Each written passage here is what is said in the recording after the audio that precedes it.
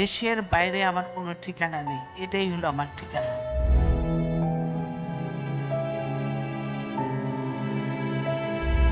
এই দেশ, এই দেশের মাটি, মানুষই আমার সবকিছু।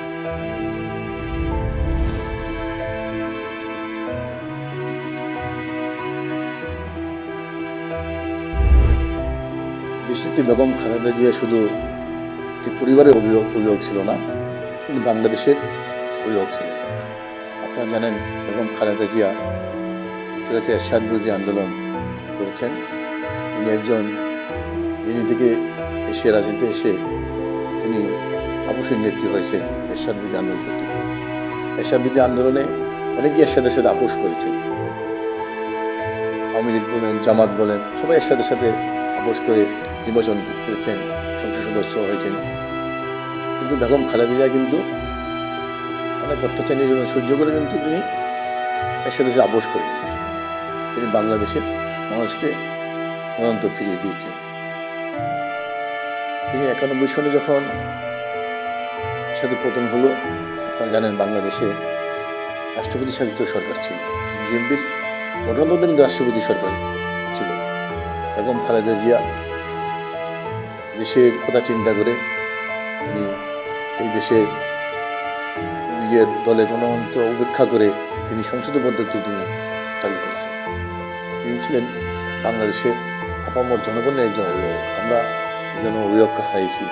এই অভিভাবক শূন্য হয়েছে আজকে দেশ, এটা পূরণ করে খুব কষ্ট। তারপর আমরা মনে করি বিএনপির ভারপ্রাপ্ত চেয়ারম্যানের নেতৃত্বে আমরা সেই শূন্যতা পূরণ করে আমরা দেশকে এগিয়ে নিয়ে যাব। আমাদের দেশের গণতন্ত্র আমরা প্রতিষ্ঠিত করব, দেশকে একটি উন্নতশীল রাষ্ট্র হিসেবে আমরা পরিণত করতে পারবো। দেশনেত্রী বেগম খালেদা জিয়া একজন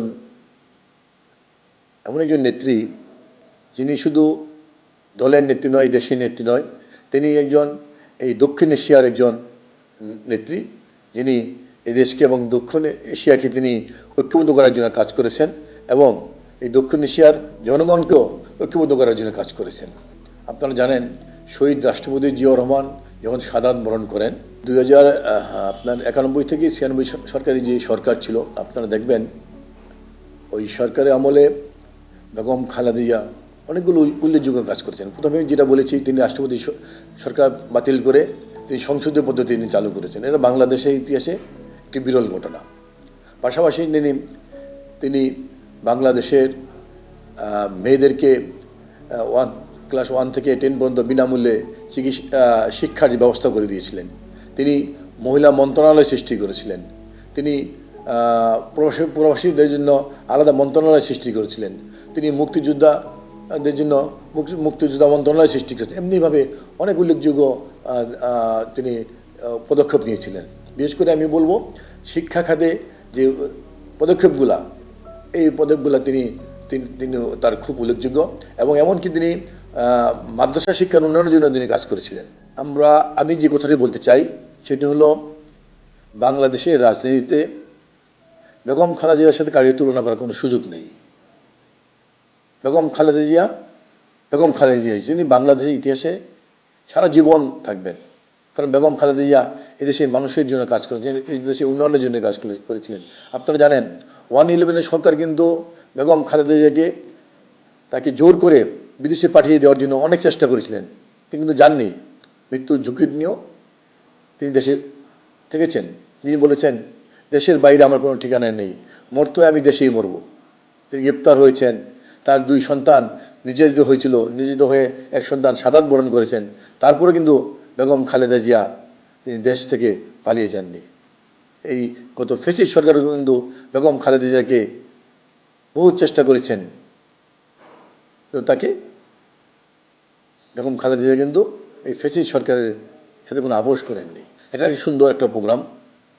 আমরা মনে করি আজকে এই প্রোগ্রামের মাধ্যমে যারা আজকে তরুণ সমাজ, যারা অনেকে হয়তো 91 থেকে 96 পর্যন্ত বা এরশাদ বিরোধী আন্দোলন অনেক তথ্য জানে না, আমি মনে করি এই প্রোগ্রামের মাধ্যমে এই তথ্যগুলো জানাতে হবে। কারণ এরশাদের আমলে বেগম খালেদা জিয়া এই এরশাদের বিরুদ্ধে আন্দোলন সংগ্রাম করেছিলেন দেশের গণতন্ত্র ফিরিয়ে দেওয়ার জন্য। আর শেখ হাসিনা এবং জামাত এরশাদের সাথে আপোষ করে তারা এমপি হয়েছিলেন, এরশাদকে বৈধতা দিয়েছিলেন। এখানে কিন্তু এরশাদের আমলে যদি আপনি যদি তরুণ সমাজ জানতে পারে তাহলে কিন্তু বুঝতে পারবে যে বিএনপি, আওয়ামী লীগ এবং জামাতের মধ্যে পার্থক্যটা কি। শেখ হাসিনা কিন্তু চিটাগাংয়ে একটি জনসভায় আওয়ামী লীগের পুলিশের আওয়ামী লীগের 30 জনের উপরে কর্মী মারা গিয়েছিল। শেখ হাসিনা ওখানে বলেছিল এরশাদের সাথে যারা নির্বাচনে যাবে তারা হবে জাতীয় বেঈমান। পরদিন সে ঢাকায় এসেই সে এরশাদের সাথে নির্বাচনে যাওয়ার ঘোষণা করে দিলেন, অর্থাৎ তার কথাই সে জাতীয় বেঈমান হয়েছিল। ঠিক তদ্রুপ জামাতও কিন্তু একই কথা। জামাতও কিন্তু এরশাদ বিরোধী আন্দোলনে থেকে এই হাসিনার সাথে মিলে এরশাদের সাথে নির্বাচনে গিয়ে এরশাদকে বৈধতা দিয়েছিল। তাই এই দুইটা দলই কিন্তু তাদের কোনো চরিত্র নেই, তাদের কথার কোনো ঠিক নেই। আর বেগম খালেদা জিয়া যে কাজটি করেন তিনি বলে করেন, যে কাজটি মানা করেন তিনি কখনো করেন। দেশের সাথে স্বার্থে, গণতন্ত্রের স্বার্থে বেগম খালেদা জিয়া কখনো আপোষ করেননি।